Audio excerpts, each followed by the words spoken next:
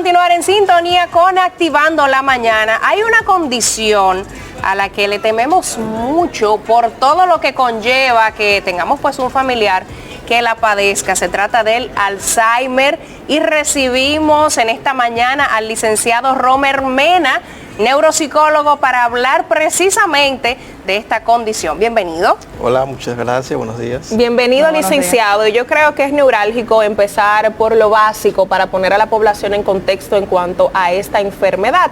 ¿Qué es el Alzheimer? El Alzheimer es un tipo de demencia.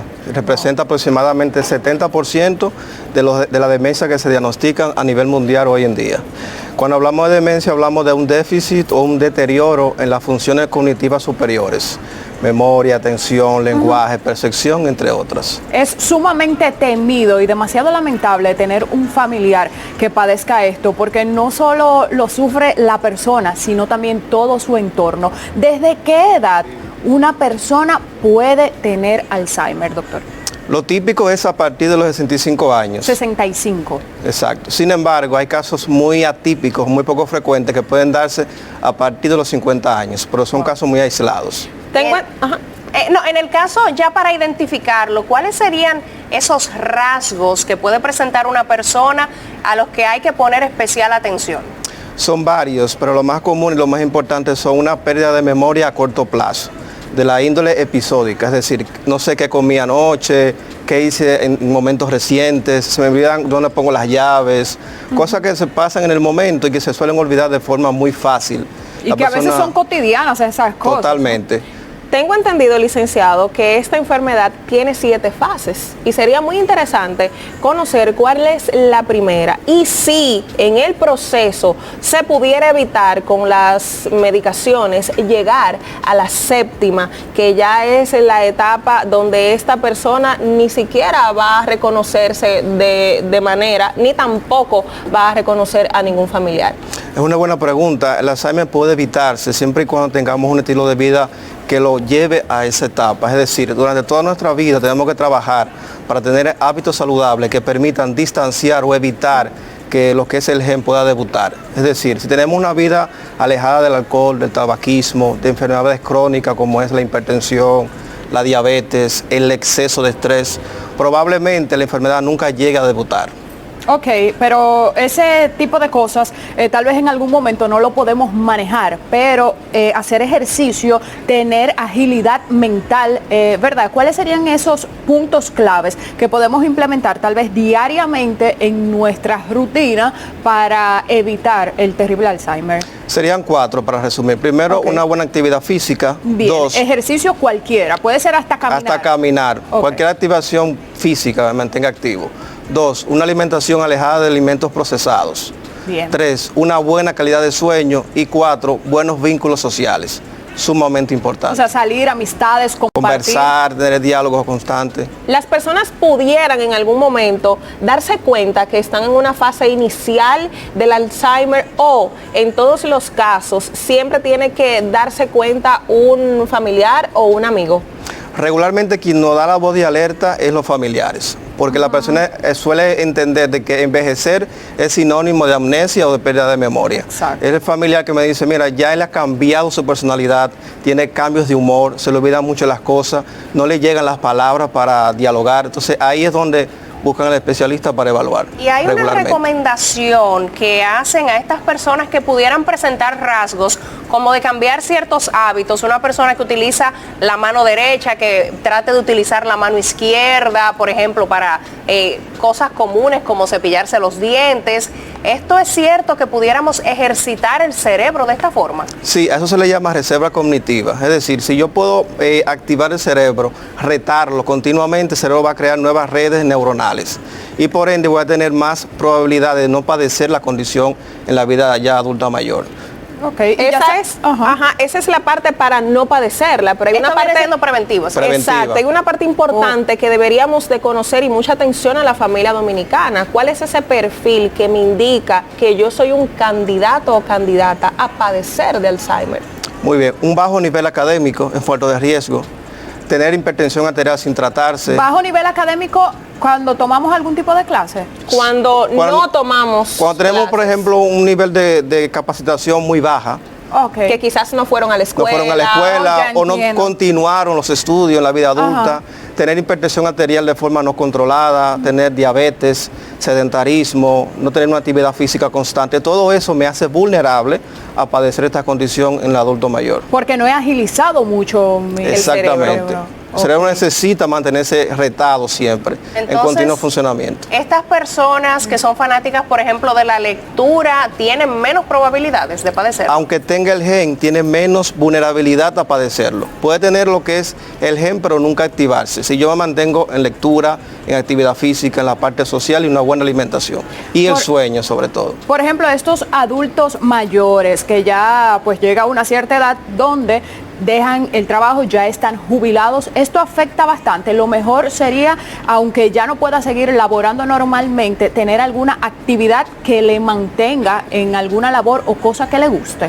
Cuando los familiares llegan a mí para hacer ese tipo de preguntas, yo siempre digo, el mayor daño que le podemos hacer al adulto mayor es aislarlo o inactivarlo en sus actividades de vida diaria. Si ya yo estoy jubilado, yo puedo tener proyectos de vida, incluso puedo tener actividad física, puedo tener amigos, salir, hacer cosas que me mantenga activo continuamente para evitar. Y quizás darle ciertas responsabilidades pequeñas. En el hogar puede ser también. He escuchado mucho que esta enfermedad quizás se puede ralentizar, pero no se puede impedir el desarrollo de la misma. ¿Qué hay de cierto con esto?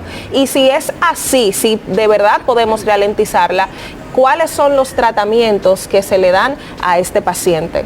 Lamentablemente la enfermedad no tiene cura hasta el momento. Sí, lo que podemos hacer es, si ya el paciente ha sido diagnosticado, someterlo a una estimulación continua por un especialista, además de lo antes dicho, para permitir de que pueda ser funcional el mayor cantidad de tiempo posible.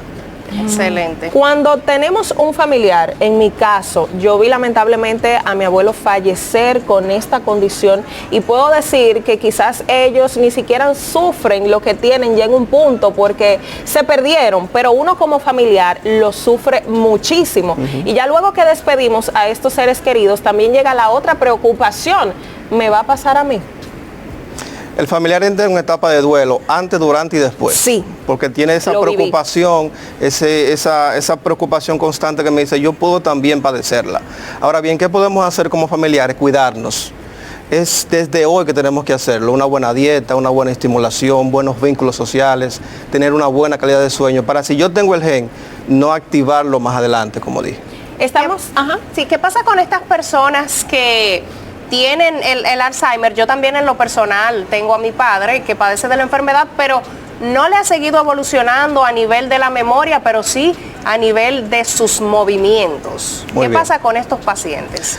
Bueno, en la parte de la genética, solamente un 1% es heredable. Es decir, que no hay que preocuparse tanto como se cree sobre esto. Cuando el Alzheimer llega con manifestaciones que no son de memoria, es un Alzheimer atípico, poco frecuente. Probablemente se le ve afectado el área frontal del cerebro que controla los movimientos. Más adelante, cuando la enfermedad evolucione, sí va a presentar un deterioro global, lenguaje, memoria, atención.